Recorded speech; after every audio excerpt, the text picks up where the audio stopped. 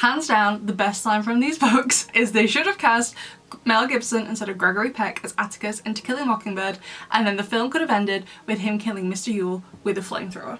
Like, you cannot tell me that The Princess Diaries is not a work of literary genius. Hey everyone, it's Dr. Hayes, and we're here today for me to convince you to read one of my favourite book series ever, The Princess Diaries. I have all of them here. This is 1 to 5, this is 6 to 10, and then also on my Kindle I have 11 and 12 because I couldn't find them in physical print, as well as the sort of like spin-off thing that I'll explain towards the end. It's fun, I promise. But after talking about this on my TikTok a lot of people didn't realise that The Princess Diaries was ever actually a book series, which I think is insane. They only know it as the films, and they are pretty similar, so if you're not familiar. In the films, Mia, who is played by Anne Hathaway, starts off as an ordinary teenage girl. She goes to school, she only really has one friend, which is Lily. She has a crush on Lily's brother Michael, but otherwise Mia is super, super unpopular. Good morning, Miss Gupta. Morning, Lily. Lily's friend. And Mia also has, I'm not sure if I would describe it as social anxiety or just like general nervousness or like stage fright, but you know, she's just like a regular teenage girl. However, one day her grandma, her dad's mum, played by Julie Andrews, who Mia believes she doesn't really have a relationship with because her grandma is really posh and also because her dad is dead, she reveals that Mia is the princess of Genovia. Me? A princess? Shut up! Mia obviously does not take this news very well, since her entire family have lied to her entire life in order to keep this a secret, but Mia agrees to take princess lessons from her grandma until the Genovian Independence Day ball, where she will choose whether to accept her title or to abdicate, as since the death of her father, she is now the heir to the throne and her grandmother is currently the Queen of Genovia. And if you haven't seen the films, what are you doing with your life? There is also a sequel, which honestly, in my opinion, is just as good. Like, I can never pick which one is my favourite. Like, there are days I'd prefer to watch the first one over the second, or the second over the first, but I love them both so, so much, and they're apparently making a third one, and to tell you that my expectations are high, that doesn't even come close, okay? These films mean so, so much to me. Like, I still remember where I was, how old I was, what I was wearing, okay, when I watched the first Princess Diaries, okay? I was around the corner from this house at my best friend at the time's house with 2 other girls who were friends with in school, and we were at a sleepover at her house, and her mum had bought the Princess Diaries on VHS for us to watch. We were all sat in my friend's room watching this on her little TV on top of her dresser. And the makeover scene, we all had the same reaction. Okay, I'm not going to show you any clips from it, and I'm not going to tell you what my reaction is, because I really feel I'm going to cry. These films mean a lot to me. I really feel like that's a moment you need to experience yourself for the first time. So I'm not going to spoil it for you. It was the best sleepover I've ever been to. Like, I was 9 years old. It's never been topped. Greatest night of my life, to be honest. You know, like going Inside Out, and they have like the core memories. That was me that night, okay? Like, my novel debut day didn't beat that. Graduating with my PhD did not beat that, okay? The Princess Diaries means a heck of a lot to me. The third film better be good, because my expectations, they are high, very high, possibly impossible to meet, so maybe I should manage them a little bit because I feel like I'm going to be very disappointed when it comes out, but I'm excited, okay? So it's pretty clear, I feel, that I love The Princess Diaries, and I have loved them forever, and I think I always will. So for Christmas last year, my youngest brother very kindly bought me the series. And honestly, I don't know why I didn't read it when I was younger. The Princess Diaries books, I think, would be classed as teen, and I was a teenager during the release of like the second half of the series, so I don't know why I never read them, considering how much I love the films. But I have now read all of them, and I'm so happy I have done. While I definitely don't think all of the books are of the same quality, it's like some I gave 5 stars, some I gave 3 stars to, collectively I do think the series is amazing. But now I feel like, well, if you like the films so much and you watch them that often that you can watch them when you close your eyes and you can recite them word for word, yes I can, I love these films, then why should I read the books? Because the books are different. They do have the same base premise in that Mia is the main character, she's a normal girl, and then she finds out she's the Princess of Genovia, which no, is not a real country, it's meant to be like around like France and Monaco, that kind of area, and it's also the only country I know the national anthem of. Yes, I don't know the lyrics to my own country's national anthem, I never have to sing it, I never want to, because as much as I love the Princess Diaries, in all reality I'm not actually a big fan of monarchies, so I'm not singing that. I will go for fictional monarchies, okay? I'm all here for fictional monarchies. Actual monarchies, I have some deep-rooted issues with actual monarchies, so no. I'm not singing my country's national anthem. Absolutely not. The last time I heard it was at my PhD graduation and I stayed sat down because no!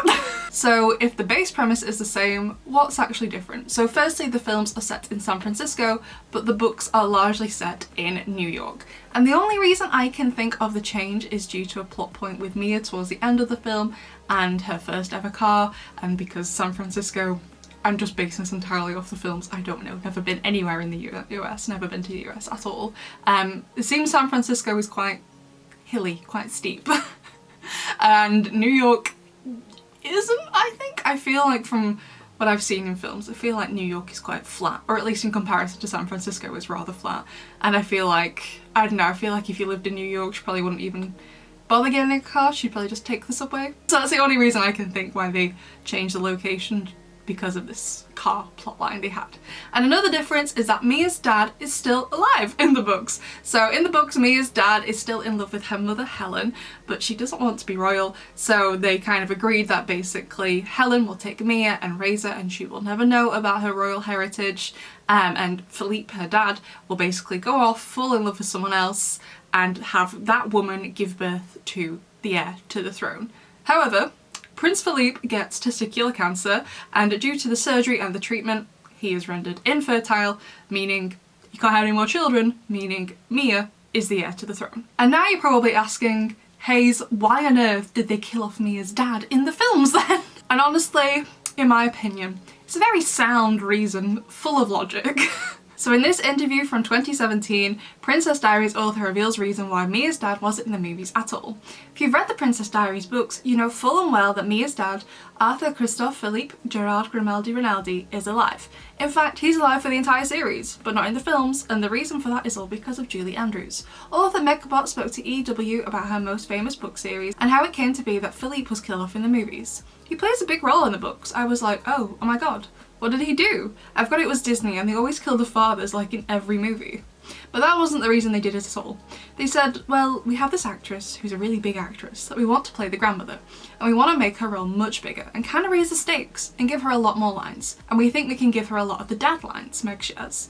After asking who it was and the actress being Julie, Meg possibly had the reaction we all would. I was like, oh my god, kill the dad. I was like, it's Julie Andrews, sure. Meg continues, she is just such a nice, fun person and great to be around. And I mean, I think they tried to make her as horrible as they could, but it's Julie Andrews. Like, I too would also kill the dad for Julie Andrews. Like, it's Julie Andrews.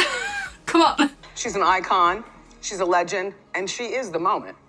Now come on now. However, speaking of Julie Andrews, book grandma and film grandma are very, very different characters.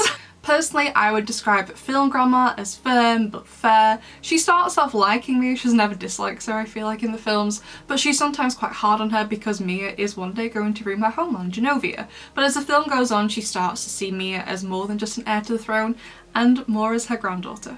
Whereas book grandma is basically an alcoholic. She shaves off her eyebrows and then she redraws them on every day. Her dog is so elderly that he has licked off all of his fur. She constantly leaks things to the press, and she is also attracted to college boys from Florida.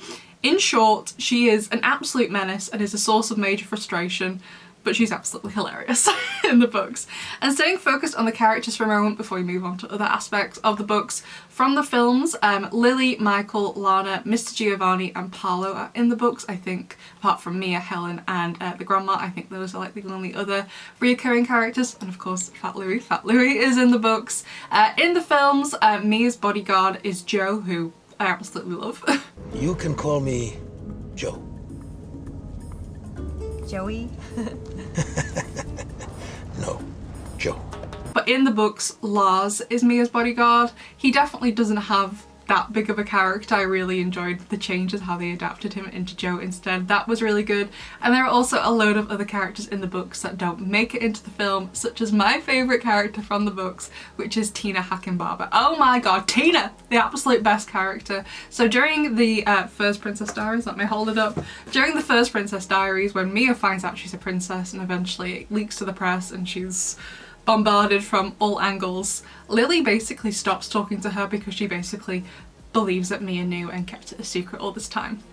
So Mia is basically left to sit on her own at lunchtime, and there is another girl also sat on her own as well, which is Tina. And the reason why Tina is so alone is because I feel like, if I remember correctly, her dad is, he's basically like a really big oil man or something, yeah, very, very rich. And he's basically petrified that someone is going to kidnap his daughter and hold her hostage, use him for ransom or whatever. So she also has a bodyguard that goes with her to school as well, but people are a bit weirded out by it, so she doesn't really have any friends. So because they both have bodyguards, Mia's like, hey, my new best friend.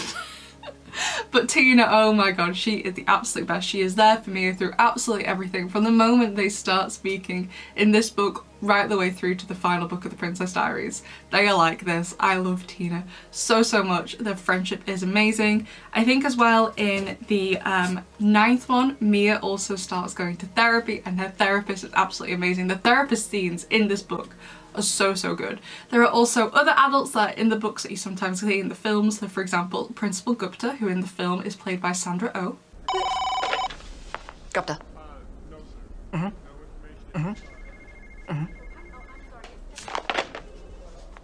The Queen is coming. But sadly she is nowhere near as iconic in the books as she is in the films. And Mia has other friends too, like Lingsu and Perrin, and Michael has friends as well, just other people they meet along the way, like other family members and stuff like that. So the plot of these books is honestly pretty basic, but they're fun to read, and they're also not very long either. And they're all basically exploring Mia adjusting to becoming a princess while also having the press hound her, as well as going through, you know, the regular things you go through as a teenager. For example, she has feelings for Michael. In the books she is basically flunking algebra, whereas in the film she's flunking gym and also debate class. She's also always concerned with how she looks in the books as well. She goes through like pretty much like 8 books pretty much being like, oh, I have no boobs. Which is just like normal teenager things, which are possibly a bit like, well, you're 29, why are you finding so much enjoyment in reading them? And honestly, at my big age of 29, I really feel like they're really helping me actually. I feel like for me, I've had like kind of like 2 kind of like big developmental stages, where kind of 0 to 18, where I thought I was just like everyone else, but then at like 18, 19 years old, I got diagnosed with autism, and I feel like I've had to like grow up and mature all over again, but this time with the new frame of knowing I'm autistic and having a much greater understanding of why I do this, why I react this way, why I, you know, behave in a certain way compared to, you know, for example, my peers in high school. Like the amount of times I'll just suddenly get a memory from high school and I'm like, oh, that's why I reacted that way. Oh, that's why everyone thought I was a weirdo in this situation, because I reacted in this way, which is like a regular way to react if you're autistic. So honestly, even though I am obviously well above the target age for the Princess Diaries books, they honestly have helped me a lot. And Mia at one point, I think it's in book 7, but I could be wrong, she gives this absolutely amazing speech at school. It ends up on CNN. It was just amazing. So now to touch very, very briefly on the writing of these books. They are very different to anything I've read before, and like it kind of like tells you what they're going to be like. The Princess Diaries, they are all literally like diary entries. So if I can possibly show you, they are like, so for example, this is why the books are so short. This is like 1 diary entry, some of them are quite a bit longer. It really depends, and honestly it is a really great mix of showing and telling, where sometimes it tells you where it's very literal, like diary entry. She'll just be like, oh, don't have much time to write today, had a bad day at school, algebra homework this, English homework this, French homework this. Like, it's a literal diary. And other times you will get much longer entries, like sometimes the entry is like half a page and that's it, and it moves on. Like, they're all dated and timed and gives you a location where she is writing it. Other times it will be more like a regular book would be, where she'd like talk about the dialogue of like her dad said this and her grandma said this and she said this and she reacted this way, and people's emotions, the way like a normal book would read. And usually I wouldn't be so happy about so much telling. However, it's obviously done intentionally because this is Mia's diary you're reading. Like, when I write my diary entries in the evening, I don't write out dialogue. It's like, oh, this person said this to me today. I just kind of tell the diary, you know, what happened. So it's a really good mix of the two of them, where the shorter entries are telling and the longer entries are more showing, more like traditional storytelling. And honestly, The Princess Diaries is so funny. Like, there are some moments definitely where it gets very emotional, like the end of book 8 is quite emotional, book 10 was quite emotional for me. Even though they are funny, they're also really heartwarming as well. They just explore emotions amazingly. Like I said, I relate to it so much because I feel like, because of when I was diagnosed with autism, which is quite a late autism diagnosis, like 18. That's an old age to be diagnosed with autism. Like, I would say any age past like 13, I feel like that's, you're old to be diagnosed with autism. Usually it happens when you're much younger. It doesn't, I feel like it's happening more and more regularly now, where people are realising when they're older that they may be autistic and getting a diagnosis then. But traditionally most people get a diagnosis for autism when they're much younger. Like, one of my brothers is also autistic, and he like got diagnosed when he was 8 years old. Like, that's a more like regular age for an autism diagnosis, whereas 18 certainly is not a regular age. So honestly, these books just really helped me understand myself a lot more, because I feel like I'm having to figure out who I am again. And honestly, the process is taking quite a while, but I'm really enjoying it when I get things like this to read. It's so fun. So as I said towards the start of the video, whilst I enjoyed the series overall, I definitely do think some books aren't as good as other ones. So one of my favourites is book number 3, which is Third Time Lucky, although I do believe in some countries these books aren't called the same thing, so double check before you try and find them. But Third Time Lucky, oh my god, the ending of book 3. Absolute cinema, oh my god. I also really enjoyed book number 6, and I'm gonna have to kind of tilt it because my copy has a reflective cover and I don't want to blind you all, or me. Number 10, oh my god, this is a 10 out of 10. I think the renamed version of this one is Crowning Glory though. Oh my god. Amazing. So 1 to 10 is of Mia in high school. From my memory, I'm pretty sure 1 to 3 is Mia in her freshman year. 4 to 9 are the whatever you call the next year of American high school. I always get mixed up between sophomore and junior. I don't know which one's which. And then number 10 is Mia's senior year. And not just the whole senior year, just like the very end of senior year, like right before she graduates. Book 11, which I don't have on me because on my Kindle I couldn't get physical, is The Royal Wedding. Just so good. It's obviously set several years later after the end of the 10th book, and the 12th book is The Princess Diaries, Quarantine Diaries, which I obviously read the most recently. And honestly, it was really weird reliving it because I feel like I don't remember a great deal from the pandemic. Like, I was talking to my mum about it and she was just like, well, don't you think it's possibly due to like the trauma of it all? And I was like, maybe, but I didn't get COVID. No one I knew got COVID, so no one I knew actually died. I was super lucky in that regard. And there were other things that happened to us, for example, during the pandemic and stuff and lockdown. Yeah, I get it, because people didn't know what was going to happen. They were basically going out buying as much food as possible and hoarding it because they didn't know if they'd be allowed out of the house, you know, stuff like that. And I understand why it happened because, at least in the UK, that had never really happened in our lifetimes. However, that meant other people, such as my family, had to go without food. So when we did manage to get food, I'd always ask my mum to feed her and my brothers first. So my trauma during the pandemic is more around food than it was about getting ill, because we were super lucky, none of us got ill. So yeah, honestly, when I was reading the COVID one, I was like, I have honestly not many memories of the pandemic. I feel like I've just blocked it all out.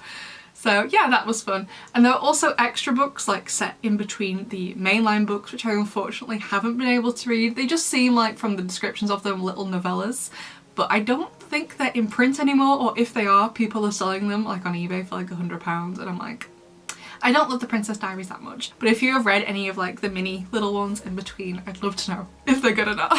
Maybe one day I will try and get my hands on a couple of them because there are quite a lot. So altogether there are 12 mainline books. However, the last book I technically read from the Princess Diaries series is this other book called Ransom My Heart. So in the 10th book, Mia's senior project, she decides to write a book called Ransom My Heart, which is a historical romance novel.